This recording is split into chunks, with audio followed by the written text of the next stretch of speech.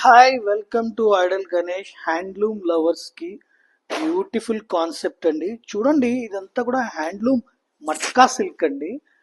Handloom matka silk మీద entire పళ్ళు and also vertical lines లో అక్కడక్కడ కంప్లీట్ గా మస్లిన్ తోటి వీవ్ చేశారు.